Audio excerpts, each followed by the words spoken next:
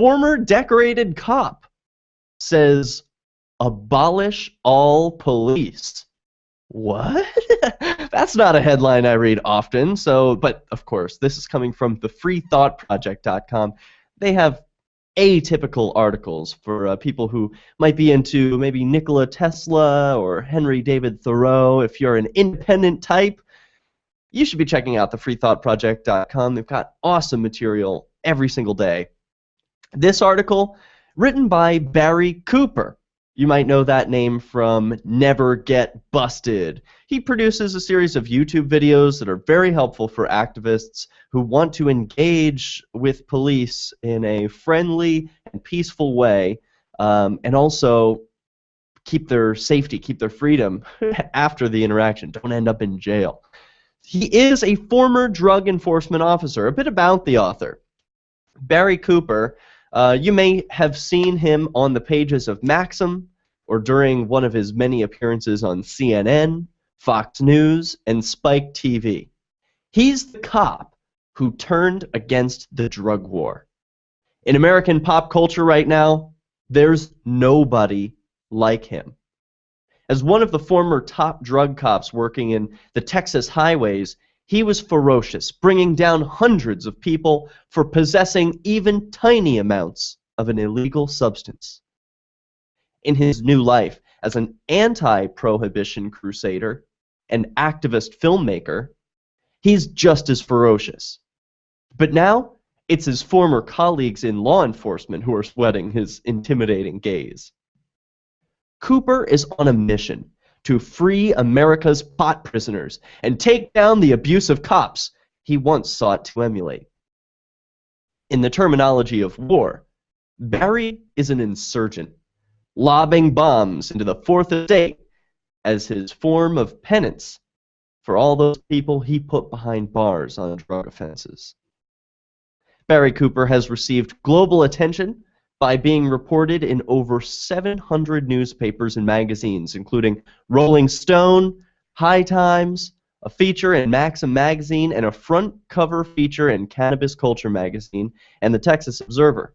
He's been a guest on numerous radio shows and every cable news channel, including MSNBC Tucker Carlson, Fox Geraldo at Large, ABC ICOT, NBC Mike and Juliet Morning Show, NPR, This American Life. He's also appeared as a drug and legal expert in 5 episodes of Spike TV's reality show Mansers. Barry recently starred with Woody Harrelson, 50 Cent, Eminem, and Susan Sarandon in the anti-drug war documentary How to Make Money Selling Drugs. The movie features Barry freeing prisoners. Barry was even better. This from Tom Finley, the Commander Permian Basin Drug Task Force. So this guy is a drug crusader, Tom Finley, and he says this about Barry. Barry was even better than he says he was. He had a knack for finding drugs and made more arrests and more seizures than all of the other agents combined.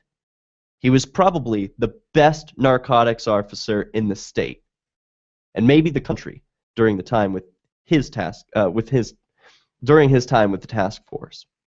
So, with an introduction like that, you'd expect a real drug crusader, right? Pulling people over, searching them for drugs, throwing more people in cages than any other cop. But he's against all police? Here's what he has to say.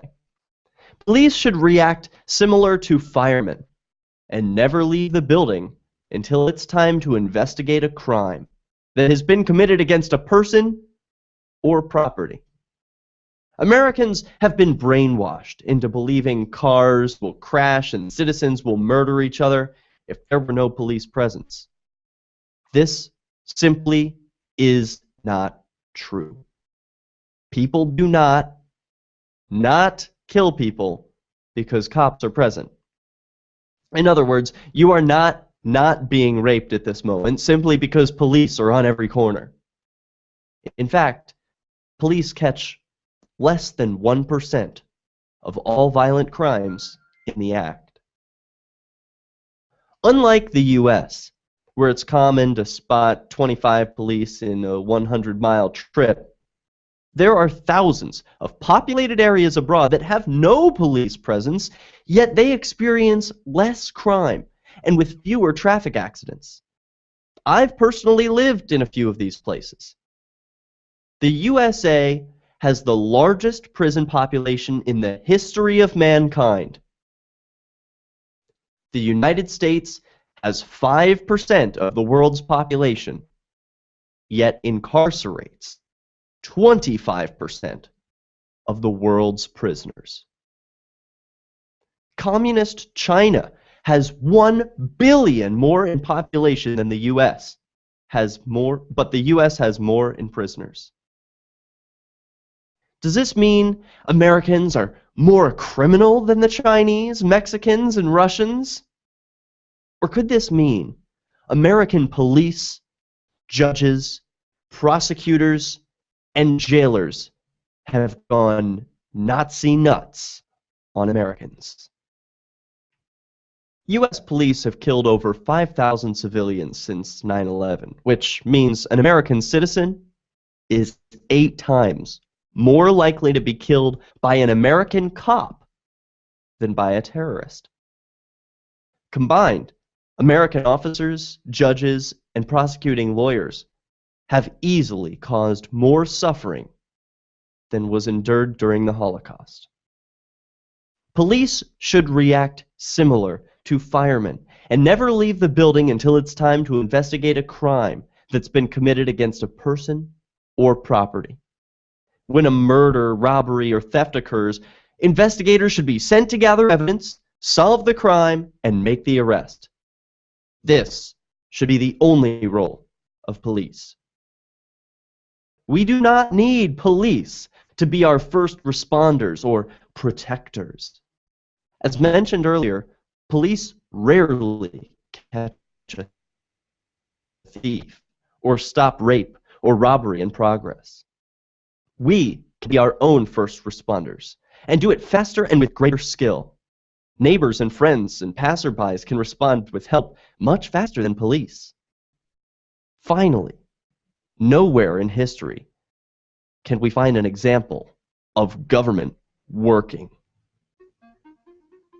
I had no idea, but Barry Cooper sounds like an anarchist. We'll get into the rest of this article when Peace News Now returns. Plus, we'll take your calls, 443-424-8347. What do you think? Are police necessary? Do we need some police, or should we just abolish them altogether? We welcome your thoughts. Dial in on Skype, Peace News Now.